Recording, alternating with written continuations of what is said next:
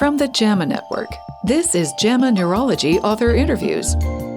Conversations with authors exploring the latest clinical research, reviews, and opinions featured in JAMA Neurology.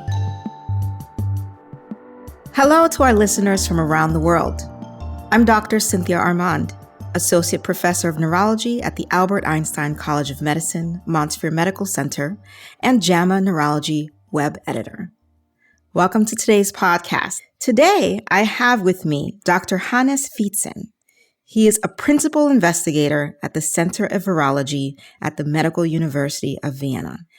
We're going to be discussing his work entitled Epstein-Barr virus antibodies to differentiate multiple sclerosis from other neuroinflammatory diseases. Dr. Vietzen, welcome to the podcast today. Thank you very much for having me. It's a pleasure. So, central nervous system inflammatory immune diseases can often be diagnostically challenging due to similarities in imaging findings, seronegative states. And I'm really fascinated by this body of work that you have with you and your colleagues. Can you explain to us your inspiration and how you sought out to handle this dilemma? Yes, so I'm a virologist by training, and we are studying EBV infections or Epstein-Barr virus infections in multiple sclerosis for several years now. And now, in the current study, we are trying to figure out if we can use this infection to differentiate between multiple sclerosis or MS and other diseases of the central nervous system. Can you tell our listeners what exactly about Epstein-Barr virus makes it a candidate, isolating its peptide antibody in terms of utilizing it as whether or not it can differentiate between multiple sclerosis and other neuroinflammatory diseases? So Epstein-Barr virus is a very prevalent virus. We know that more than 95% of humans are infected with Epstein-Barr viruses or EBV. What we know for several years now is that EBV plays a major role in the pathogenesis of multiple sclerosis. In other words, without EBV, there's probably not much multiple sclerosis. Now we know also the cause why this is the case. We know that EBV plays a role in the pathogenesis of multiple sclerosis by inducing molecular mimicry, meaning that different immune responses targeting EBV are also reacting against the central nervous system. And now in the current study, we are using these immune responses to check if a patient has multiple sclerosis or not. Now, you took the approach of this study by mainly comparing multiple sclerosis to myelin oligodendrocyte glycoprotein antibody-associated disease, as well as neuromyelitis optica spectrum disorder. Can you tell our listeners a little bit of background with these neuroinflammatory diseases and their relation to multiple sclerosis? And take us into your study. So the myelin oligodendrocyte glycoprotein antibody-associated diseases is also termed MOGAD. And this is a disease which very much resembles MS in the clinical picture of the diseases. Both diseases have this very classical demyelination of the central nervous system. However, in contrast to MS, MOGAD is defined by a disease-specific antibody, the MOG-specific IgG antibody. And this is only the case for MOGAD.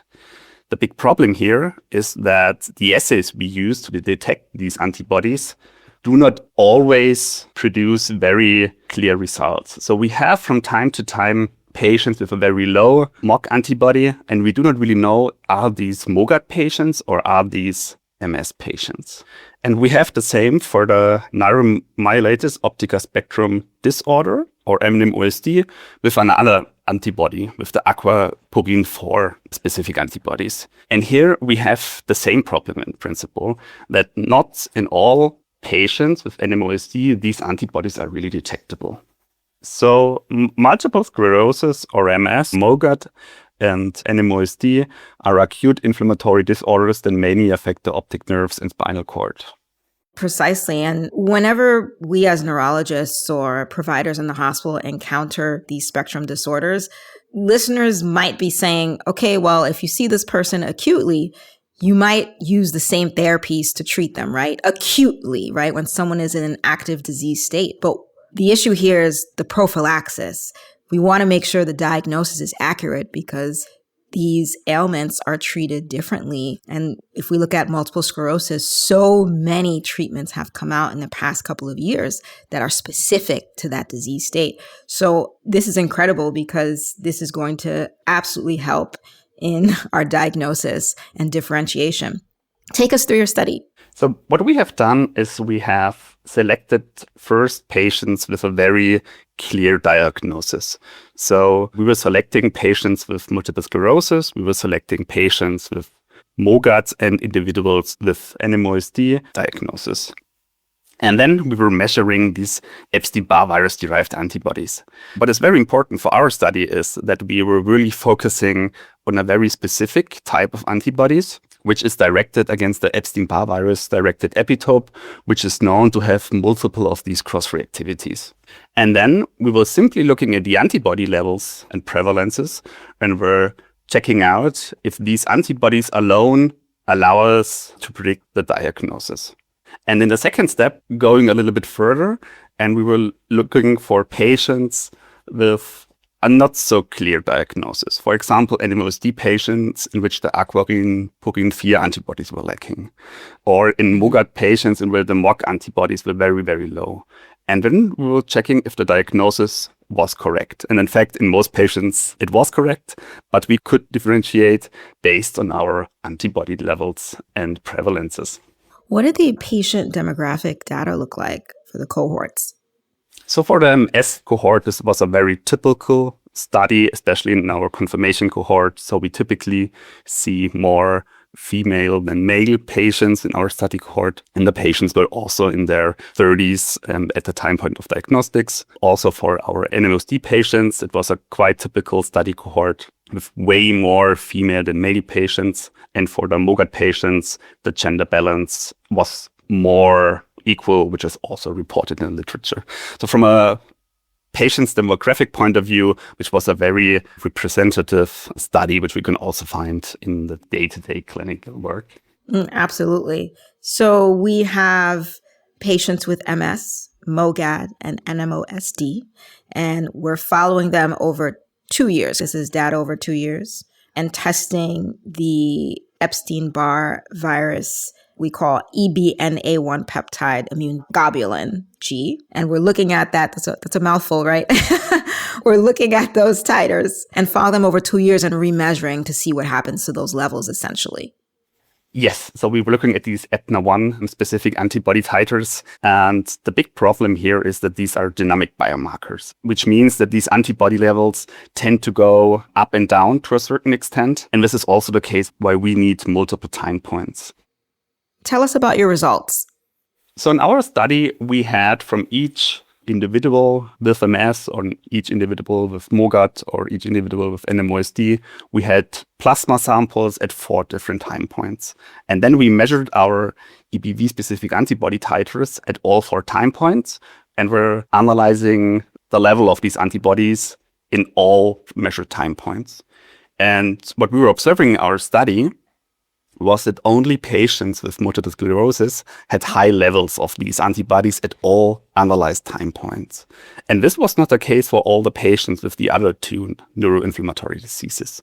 Here, these patients had, if any, from time to time, a high level of these antibody responses, but not at all 4 measured time points, meaning that we need more than 1 time point, more than 1 plasma sample from each patient in which we can measure these antibodies and in which we can really follow these patients to get a really reliable prediction of their disease diagnosis.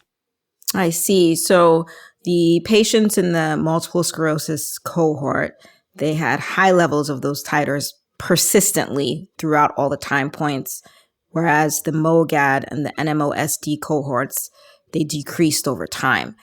Were these time points at all measured, or was there an indication of whether or not patients were in some sort of exacerbated disease state where they were having an attack during that time? Was that noted versus just, this is month 3, we're doing the titer here despite what's happening? Was that kind of notated? Yes. So in our study, our first time point was the time point as the first presentation of the disease, meaning this was the first diagnosis of the disease. Mm-hmm. So none of these patients were on any medications or on any drugs. And then in the later time points, the acute attack was over and we were following these antibody levels over in these stages then. That makes sense. How about, you mentioned patients with seronegative disease states, like, for example, seronegative NMOSD, where the aquaporin 4 IgG wasn't present. Did you find anything significant with the EBV titers in those patients? When we look at the entire NMOSD patients, about 20% of our NMOSD patients were seronegative for these aquaporin 4 specific antibodies. And the cool thing is that these seronegative NMOSD patients behave the same way like their seropositive counterparts. So from the perspective of these EBV-specific immune responses, these two patient cohorts behave more or less the same. They have the same EBV-specific immune responses, despite not having the same aquaporin 4 specific antibody status here. Very consistent. Was that the case for the MOGAD cohorts where they had low borderline levels of MOG IgG? Yes, and this was the same for the MOGAD cohort. So we had 2 patient groups. The first group were individuals with a MOGAD diagnosis, which were really clearly positive for MOG antibodies.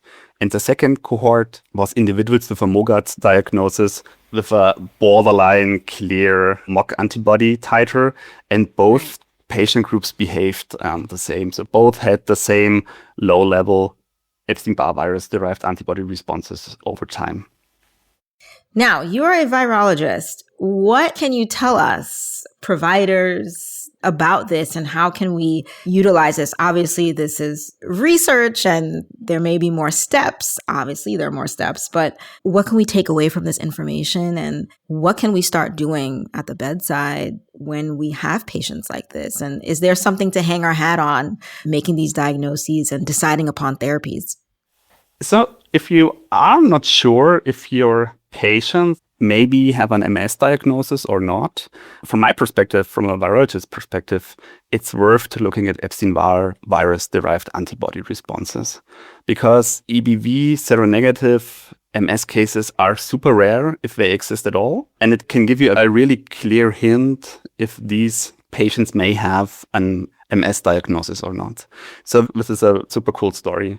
There's also the idea if the Epstein-Barr virus-derived antibody responses or titers can guide the therapy of these patients, which is not so clear. So there are studies which are indicating that higher EBV-specific antibody levels are indicating a future relapse, for example, in relapsing remitting MS patients, but other studies are really not so sure. So this is not so clear, but at the time point of the first diagnosis, EBV-specific antibody responses can help you to put up the diagnosis. Absolutely promising. What are your next steps as a virologist on this topic? This is your bread and butter. So we are interested, especially if these Epstein-Barr virus-derived antibody responses can also guide the therapy of these patients. As I mentioned, it's not so clear from the literature so far, but most studies so far have more or less analyzed the total EBV-specific antibody responses. And we think when we really focus on these small peptide-specific antibody responses, which have a very clear function in the pathogenesis of the disease, we may see a little bit a better picture here. Dr. Vietzen, thank you so much for joining us today on the podcast. I am looking forward to your future work. Thank you very much for having me. It was a pleasure. This episode was produced by Shelley Steffens at the JAMA Network. You can find a link to the manuscript in this episode's show notes. To follow this and other JAMA Network podcasts, please visit us online at jamanetworkaudio.com or search for JAMA Network wherever you get your podcasts. Thanks for listening.